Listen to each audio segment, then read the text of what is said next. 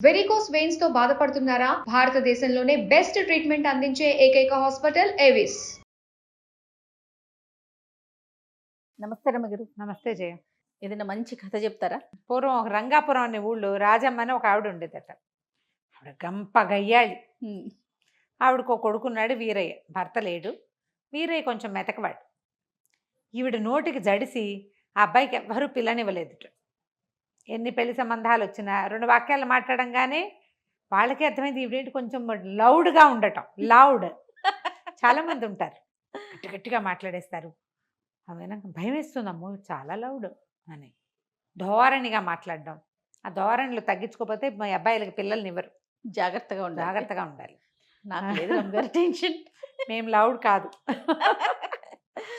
అయితే అదే కాకుండా చుట్టుపక్కల వాకప్ చేయగానే అమ్మో ఇది గంపగయ్యాలి, దీని చేతికి ఇంకేమన్నా పిల్లని చంపేస్తుంది అలా చెప్పేవాళ్ళు. క్రమంగా పెళ్లి సంబంధమే రావడం మానేసింది. అయ్యో, ఆయన 22వ ఏటో 23వ ఏటో మొదలుపెట్టారు. ఆ వీరయ్యకి 30 దగ్గర పడుతున్నా సంబంధాలు కుదరల. అయితే ఏమైంది, ఒకనాడు ఇతను ఏదో పక్క ఊళ్ళో ఏదో గేదెల బేరం కోసం వెళ్ళి ఆ ఊళ్ళో చెరువు గట్టున మంచినీళ్ళు తెస్తున్న ఒక అందగత్తెని చూసి ఎంతో బాగుందని ఎవరినో కనుక్కున్నాడు. మీ వాళ్ళేనోయ్ అన్నారు. ఇతను వాళ్ళ ఇంటికి పోయాడు. మీ అమ్మాయిని నాకు ఇచ్చి పెళ్లి చేయండి అని అడిగాడు. అడిగేసరికల్లా ఆ పిల్లని లోపలికి మజ్జిగ దేమ్మా అని లోపలికి పంపించి వాళ్ళ నాన్న చెప్పాడు, బాబు మీకు తెలుసో తెలీదు అనండి, మా పిల్ల బ్రహ్మరాక్షసి, మా ఈ ఊళ్ళో అది పొట్టాడని వాళ్ళు అది తిట్టని వాళ్ళు ఎవ్వరూ లేరండి, ఆలోచించుకుని చేసుకోండి శభాష్ అనేసరికల్లా ఇతనికి పిల్లేమో నచ్చింది. గయ్యాళమ్మ అలవాటే వాడికి. తెలుసా వాడికి వాళ్ళ అమ్మ గయ్యా? తెలుసు. తెలియకేందుకు, తల్లుల గయ్యాళితనం పిల్లలకి తెలియకుండా ఎందుకు ఉంటుంది? వాళ్ళ అమ్మ కాబట్టి భరిస్తారు, యాక్సెప్ట్ చేసేస్తారు కదా రమ్మగారు. ఆడపిల్లలైనా మగపిల్లలైనా తమ తల్లుల లౌడ్నెస్ని ఒప్పుకుంటారు వాళ్ళు. అలవాటు అంతే. ఇంకా కసిరేస్తూ ఉంటారు. తల్లి మీద ప్రేమ ఉంటుంది కదా జయ, తల్లులతో సన్నికర్ష ఉంటుంది. అయినా గయ్యాళి వాళ్ళు పిల్లల్ని కసురుతారు కానీ మరీ అంత గయ్యాళిగా ఉండరు, బయట వాళ్ళతో ఎక్కువ ఉంటారు. అక్కడి నుంచి ఏమైంది, ఇతను పెళ్లి చేసుకుంటానన్నాడు. పర్వాలేదు పెళ్లి చేసేయండి, మీ ఊరు పురోహితుడిని పిలవండి అంటే సరే. ఏం చేశారు, సాయంకాలం మంచి ముహూర్తం ఉందని ఇంకా అమ్మలేదు ఏం లేదు, పెళ్లి చేసుకున్నాడు. చేసేసుకుని ఆ పిల్లని తీసుకొచ్చాడు. ఆ పిల్ల పేరు ఇందిర. తీసుకొచ్చాడు.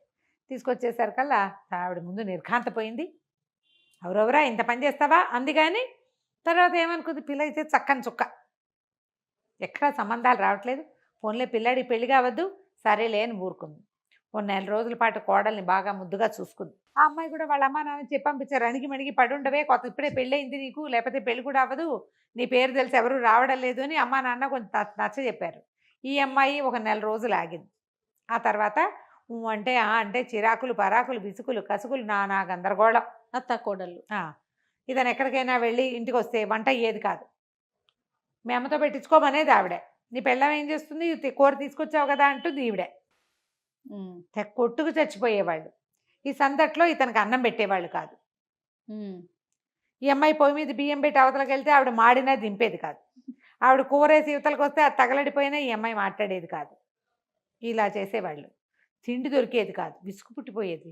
కానీ అతను సహజంగా మెతకవాడు అవటంతో వాళ్ళిద్దరూ ఏం చెప్పినా ఏం మాట్లాడినా గొడవకి దారి దిగన. మా అమ్మతోటి ఏమిటి ఇలా అన్నవట అని ఆవిడని అడిగేవాడు కాదు, మా దాని ఎందుకే అమ్మ అలా అన్నవట అని అమ్మని అడిగేవాడు కాదు. ఇద్దరూ అలాగుండేవాడు. ఈ లోపల ఏమైంది, ఆ ఊరు పెదకామంది గారు అబ్బాయి పాము వాత పడిపోయాడు. పాము గారపోతుంటే ఇతను ఆ పాముని తప్పించాడు. వీరయ్య మా అబ్బుకుని పిల్లని వెనక్కి లాగేసి పాముని కొట్టేశాడు. వాడు పోయి నాన్న ఇట వీరయ్య నాకు ఎంతో సహాయం చేశాడు, కాపాడాడు అంటే అతను పిలిచి చాలా సంభావించి, బొళ్ళు గొడ్లున్నాయి వీరయ్య, ఒక ఆవును తోలుపో అన్నాడు. ఒక గొడ్డు అని చెప్పాడు. ఇంటికి వచ్చి అమ్మాయి పెదకామంది గారి దొడ్లో ఇంచి ఒక గొడ్డును తోలుకెళ్ళమన్నారే. వాళ్ళకి ఆవులు ఉన్నాయి, గేదెలు ఉన్నాయి, ఏం చేయమంటావు అన్నాడు.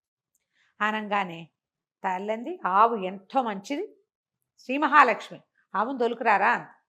వెళ్ళామంది, ఆవు పాలు పల్చగా ఉంటాయి, పెరిగి ఏం బాగోదు, తట్టట్లాడుకుంటూ ఉంటుంది, ఇంత వెన్నైనా రాదు, గేదె పాలు బలం.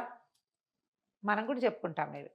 ఆవు పాలు పల్చను కదా, అవును, ఆరోగ్యం సంగతి పక్క పెట్టు. గోవు శ్రీ మహాలక్ష్మి అంటుంది అమ్మ. గేదె బలం, గేదె పాలు బలం, గేదెకి వెన్న వస్తుంది, గేదె పాలు అయితే ఏముంది అంత వెన్న వస్తుంది, నెయ్యి కొనుక్కోబడలేదు. చెంబెడు పాలు ఇచ్చిందంటే బయట ఎవరికైనా పోస్తే 10 రూపాయలు కూడా వస్తాయి. ఆవు పాలతోటి ఏమొస్తుంది? వైద్యానికి తెప్పిస్తే ఆవు పాలు ఎందుకు పనికిరావు అని చెప్పి పెళ్ళాము. ఇక కొట్టుకున్నారు. తేలలేదు కథ. ఆవు గేదె తేళ్ళ. అక్కడి నుంచి సర్దుకున్నారు.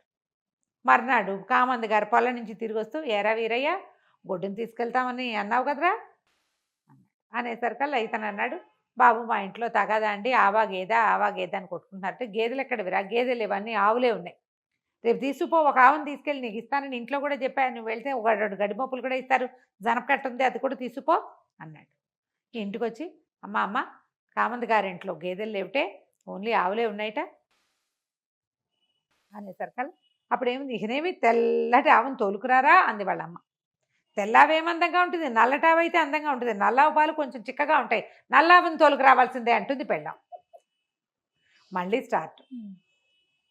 ఏంటి నీకంత తెలిపిచ్చి అంటే, నీకు మాత్రం నలుపుకేం తక్కువ, నువ్వు నల్లగా లేవా అని కోడలు అంటుంది. నీకు నలుపు ఎందుకు పనికిరాదు, నువ్వు మాత్రం నల్లగా లేవా, ఓకే, నువ్వేమైనా పెద్ద అందంగా ఉన్నావా అని. తెలిపైతే ఏమి తెలుపు, నీకు తెలుపు కాబట్టి తెలిపే కావాలి, ఇలా కొట్టుకున్నారు. 2 రోజులు వెళ్ళల. 3వ రోజున మళ్ళీ కామంది గారు కనపడ్డాడు.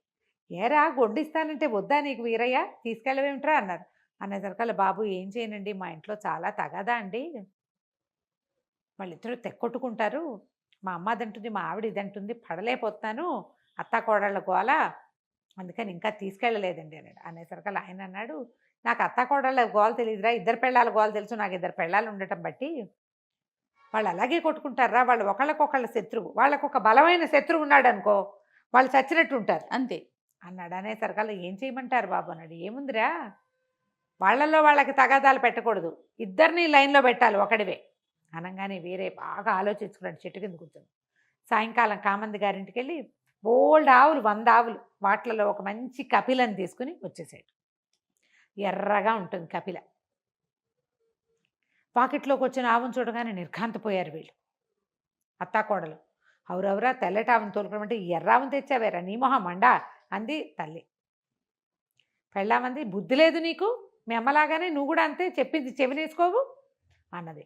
ఆనంగానే ఏమీ లేదు, సర్రమని లేచాడు, తల్లి దగ్గరికి వెళ్ళాడు. ముందు నీకేమైనా బుద్ధి ఉందా, చిన్నవాళ్ళని శరణార్థాలు పెడతావేంటి, నా ఇష్టం, నేను ఏదో ఒకటి తెస్తా, నోరు కంట్రోల్ చేసుకో, పెద్దదాని వెయ్యవు, మర్యాదలు ఇచ్చిపుచ్చుకో, నువ్వు ఏమైనా బాగుపడతావా అంటోంది వాళ్ళమ్మ. తల్లి మాట వినని వాడు ఏం బాగుపడతావు, ఏం బాగుపడటం ఏంటి, ఏం మాట వినమంటావు, నోరు మూసుకుని ఇంట్లో కూర్చున్నావా, ఇంట్లో ఉండు, లేదా నీది నువ్వు కాచుకుని తాగు పక్కన అనగానే ఆవిడ నిర్ఘాంతపోయింది. ఎప్పుడైతే అత్తగారిని మొగుడు తిట్టాడో ఈ ఇందిర రెచ్చిపోయింది. అలా గడ్డిపెట్టు, అన్ని విషయాలకి తగుతున్న మారి ముసలమ్మ మూల కూర్చోకుండా వచ్చేస్తుంది ప్రతిదానికి, బాగా చెప్పావు ఆనంగానే ఎగురుకుని ఇటు తిరిగాడు. పళ్ళు రాలగొట్టేస్తాను, నేను ఆవుని దేవాలో నువ్వు చెప్తావా, మగవాళ్ళ వ్యవహారంలో నీకెందుకు, పెళ్లి చేసుకున్నా, ఇంట్లో వంట చేసావా, కాపురం చేసావా అన్నట్టు ఉండాలి, అక్కర్లేని విషయాల్లో కనుక కలగ చేసుకున్నావంటే కాళ్ళు విరకొట్టి పొయ్యిలో పెట్టేస్తా అనగానే నిర్ఘాంతపోయింది. తల్లిని కొట్టినంత పనిచేసి ఇందిరిని నిజంగా కొట్టబోయాడు. వాళ్ళిద్దరూ నోరు చేసుకున్నారు, వాళ్ళకి అలవాట్లేదు వెనక్కి తగ్గటం, మాటలు విసిరగానే ఇతని మీదకి వెళ్ళిపోయాడు. ఎప్పుడైతే నిజంగా కొట్టబోయాడో బిక్క చచ్చిపోయారు ఇద్దరు. నిశ్శబ్దంగా ఊరుకున్నారు. ఆవుకు పసుపు రాసి బొట్టు పెట్టండి, దొడ్లో తీసుకెళ్ళి కట్టేయండి, కాస్త గుర్తు పెట్టండి అనగానే వంతుల వారీగా చేశారు పనులు. ఆ తర్వాత నుంచి కొట్టుకోవడం మానేశారు.